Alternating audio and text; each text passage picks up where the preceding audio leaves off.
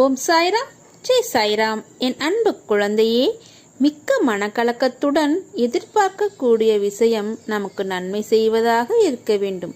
யாருக்கு எது பிராப்தமோ அது அதற்கு தக்கவாறேதான் நான் அளிப்பேன். அளிக்கப்பட்டது எதுவாக இருந்தாலும் அது என்னுடைய சங்கல்பமே என்பதை நீங்கள் அறிந்தால் என்னை அறிந்து கொண்டவரே ஆவார். ஒரு மனிதனின் வாழ்வும் தாழ்வும், உயர்வும் மேன்மையும், வீழ்ச்சியும் மாட்சியும் அவனது நாவில்தான் குடியிருக்கின்றன. அந்த நாக்கிலிருந்து வரும் வார்த்தையை வைத்தே அவர்கள் எடை போடுகிறார்கள். ஒருவரிடம் நட்பு கொள்வதும் பகைமை கொள்வதும், உயர்வான மதிப்பை பெறுவதும், இகழ்ச்சி அடைவதும் கூட இந்த நாக்கினால் தான் வருகிறது. எனவே தான் ஒரு முறை பேசுவதற்கு முன்பு பல முறை யோசனை செய்து பேசு என்கிறார்கள். எதை கொட்டினாலும் அள்ளிவிடலாம், வார்த்தையை கொட்டினால் அள்ளிவிட முடியாது. வில்லிருந்து சென்ற அம்பும் வாயிலிருந்து சென்ற சொல்லும் இலக்கை தாக்காமல் விடாது. அதை திரும்ப பெறவும் முடியாது. தீயினால் சுட்ட புண்ணாகி ஆறிவிடும். நாக்கினால் சுட்டுவிட்டால் ஆறவே ஆறாது. சொல்லாத சொல்லுக்கு நீ முதலாளி, சொன்ன சொல் உனக்கு முதலாளி. இப்படி பல விஷயங்கள் சொல்லை பற்றி இருக்கின்றன. எனவே அதை பற்றி பேசுவதற்கு முன்பும் நிதானம் தேவை. நாம் பேசுவதற்கு மட்டும்தான் நிதானம் தேவை என்றில்லை.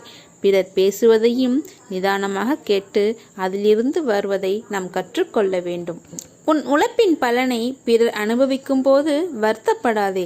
அவர்கள் உன் கர்மாக்களை, உனது பாவங்களை உண்டும் அனுபவித்தும் உன்னை விடுதலை செய்கிறார்கள். நடந்ததையே எண்ணி வருத்தம் கொள்ளாதே. இனி நீ நடப்பதை நினைத்து உன்னையே நீ திரித்துக்கொள். தவறுகள் செய்வது மனித இயல்புதான். செய்தது தவறு என நீ உணர்ந்து விட்டாய். இனி தடமாற விடமாட்டேன். நம்பிக்கையுடன் அனைத்தையும் கடந்து வா. நான் இருப்பேன் என்றும் உனக்காக. எவ்வளவுதான் மனதை பிடித்த விஷயங்களில் திணித்து உன்னை சுற்றி ஒரு வேலி போட்டாலும் நடந்த நிகழ்வுகளையே மறக்க முடியாமல் நீ தனிமையில் ஆறுதலுக்காக ஏங்குகிறாய், தோல் சாய ஏங்குகிறாய் என எனக்கு தெரியும். காலம்தான் உனக்கு மருந்து உன் காயத்திற்கு. கொஞ்சம் காலம் வழிகளை தாங்கிக்கொள், அனைத்தும் மாறும். நீ இழந்த நிம்மதி, சந்தோஷத்தை அளவில்லாமல் பெறப்போகிறாய். எத்தனை முறை நீ நீரை கலக்கினாலும் அத்தனை முறையும் தெளிவு நிலையடையும். நம்பிக்கையுள்ள மனமும் அப்படித்தான். எத்தனை முறை சோதனைகள் சூழ்ந்தாலும் அத்தனை முறையும் தெளிவடைந்துவிடும். உன் வாழ்வில் மங்களநாதம் ஒலிக்க சுப நிகழ்ச்சி ஒன்று அரங்கேறப் போகிறது.